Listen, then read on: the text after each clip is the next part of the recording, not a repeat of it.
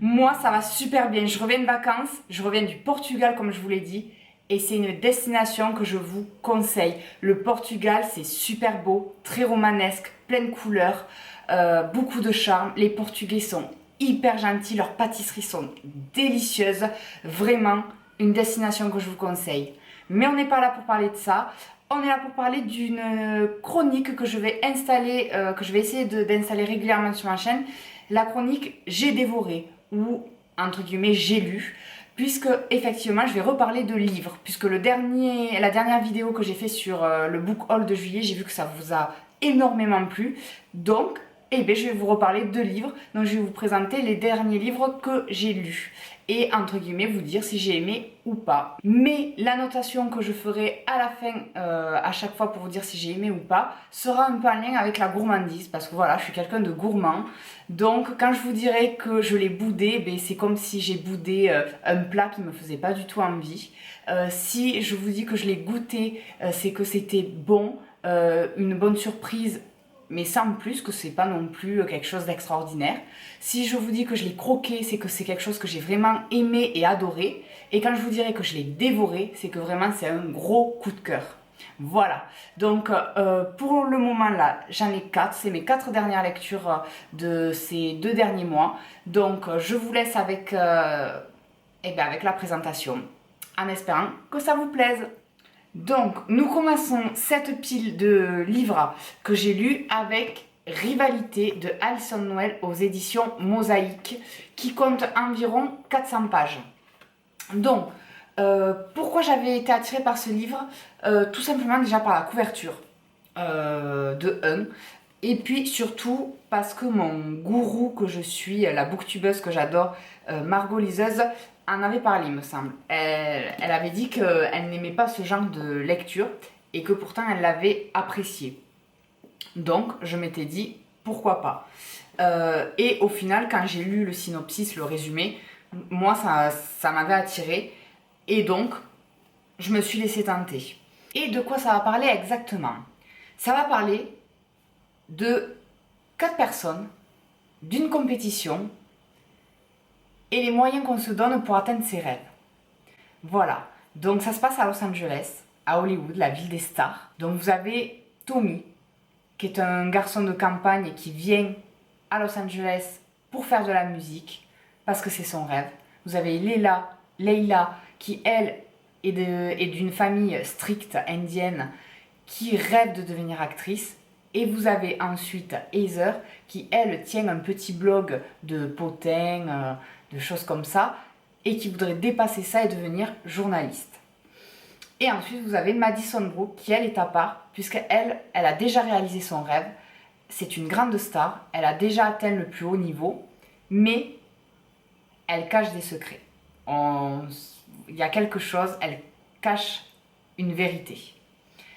Et ces 3 personnes-là, les précédentes dont je vous ai parlé, vont entrer en compétition parce que pour atteindre ces rêves-là, leurs rêves, elles vont faire un concours que le plus grand patron des boîtes de nuit de Los Angeles propose. Et ce concours-là, c'est d'arriver à promouvoir ces boîtes de nuit.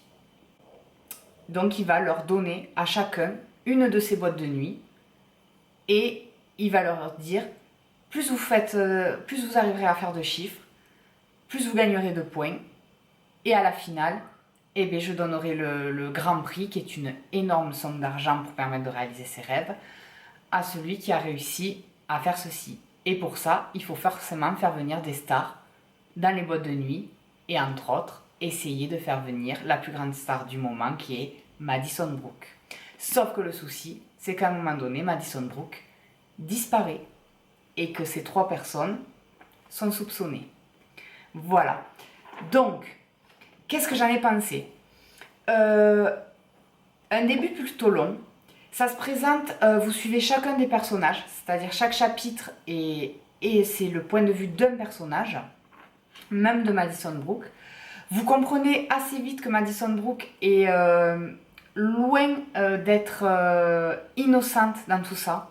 Vraiment, elle cache quelque chose. Dès le début, on vous le fait comprendre, donc je ne spoil rien du tout. Mais voilà, elle cache quelque chose, on ne sait pas quoi, mais c'est en lien avec son passé.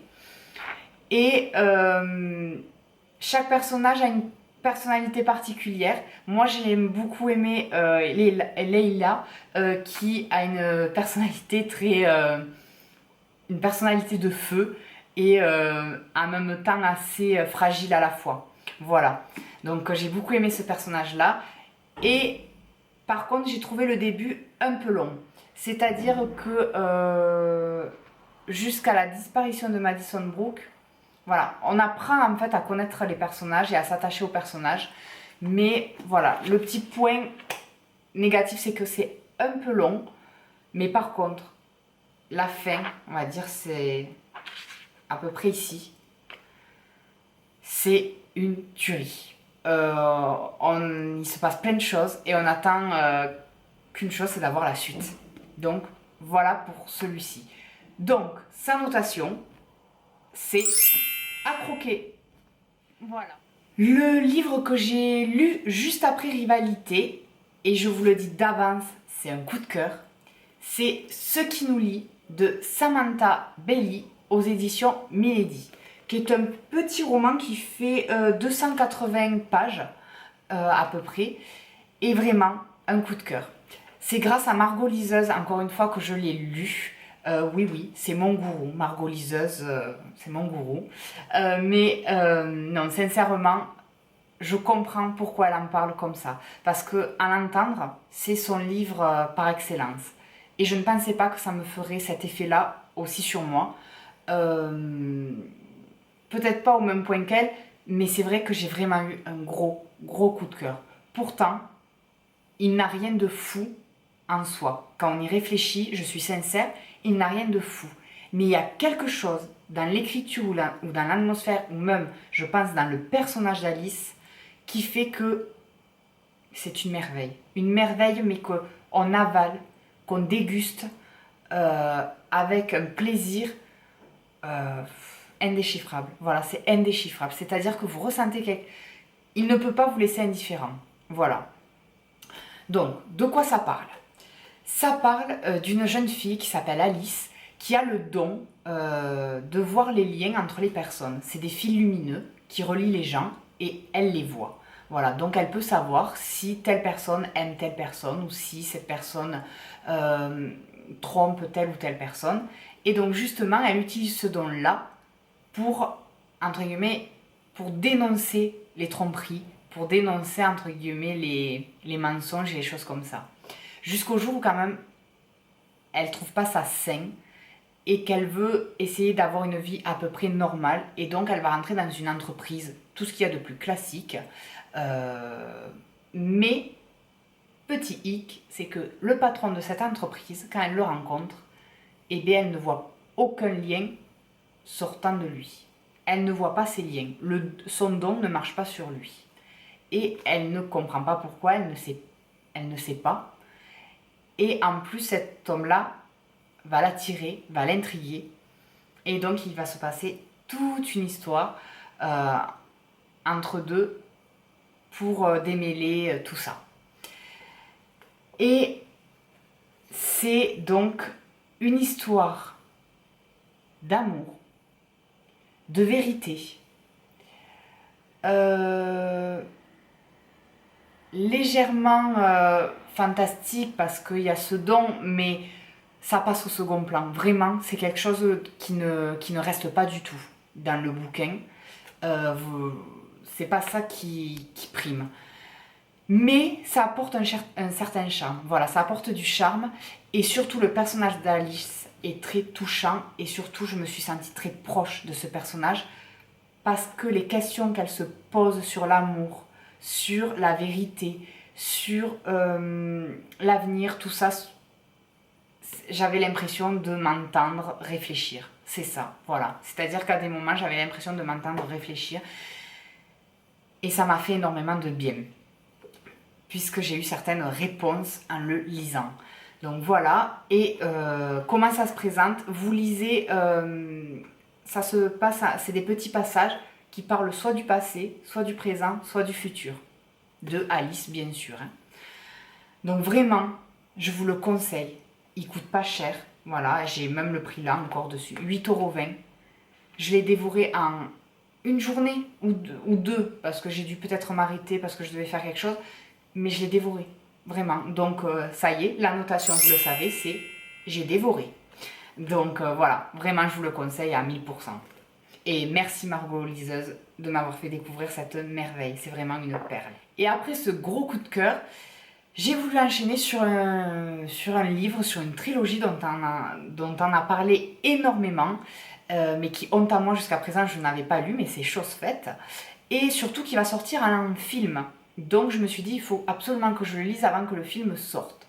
Et c'est Miss Peregrine et les enfants particuliers de Ramson Rings aux éditions Bayard et qui compte environ 430 pages. Voilà. Donc déjà, je tiens à signaler que c'est un très bel ouvrage puisque comme je vais vous montrer, vous avez plein de photos intégrées à l'intérieur qui illustrent l'histoire au fil que vous lisez. Donc j'ai trouvé ça très sympathique, ça change, c'est pas commun et ça vous donne vraiment des images et ça vous aide vraiment à poser cet univers assez particulier quand même si ça se passe dans notre monde entre guillemets.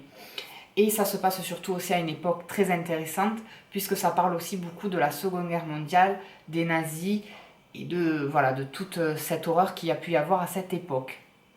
Donc ça parle d'un garçon qui s'appelle Jacob, qui a été depuis sa plus jeune enfance bercé par les récits rocambolesques de son grand-père, qui lui racontait que lors de cette période-là, lors de la Seconde Guerre mondiale, il a vécu dans un orphelinat sur une petite île, et dans cet orphelinat, la directrice, qui s'appelle... Honte à moi, en plus c'est Eva Green qui va jouer dans le film, qui va jouer donc Miss Peregrine. Ah ben oui, mon Dieu, je reviens de vacances et ça y est, je suis perdue. Bref, donc, cette chère Miss Peregrine qui est la directrice de l'orphelinat, qui recueille en fait dans cet orphelinat des enfants dits particuliers, puisqu'ils possèdent des dons, des sortes de pouvoirs. Voilà. Et son grand-père lui raconte ça depuis tout petit. Jusqu'au jour où Jacob grandit et y croit de moins en moins, mais malheureusement, son grand-père un jour est attaqué par une certaine chose et décède. Et à partir de là, Jacob va se donner comme mission, comme devoir, autant vers son grand-père, mais aussi pour sa santé mentale, de découvrir la vérité. Et donc, il va partir sur cette fameuse île, retrouver cet orphelinat, voir où son grand-père a vécu et voir si tout ça est vrai. Et à partir de là, je ne vous dis pas, mais vous rentrez vraiment, vous remontez le temps. Ça mélange présent, passé, fantastique, vraiment fait historique. Donc c'est vraiment un bel univers, surtout illustré par ces photos-là. Donc les photos sont de vraies photos, d'ailleurs, sachez-le, peut-être truquées, ça doit être certain. Mais c'est de vraies photos qui datent de ces époques-là que l'auteur a voulu insérer. Donc vraiment, je vous le conseille. J'ai vraiment croqué, voilà, j'ai croqué ce livre-là, puisque vraiment j'ai aimé. Voilà, ça se lit tout seul, l'écriture est très facile.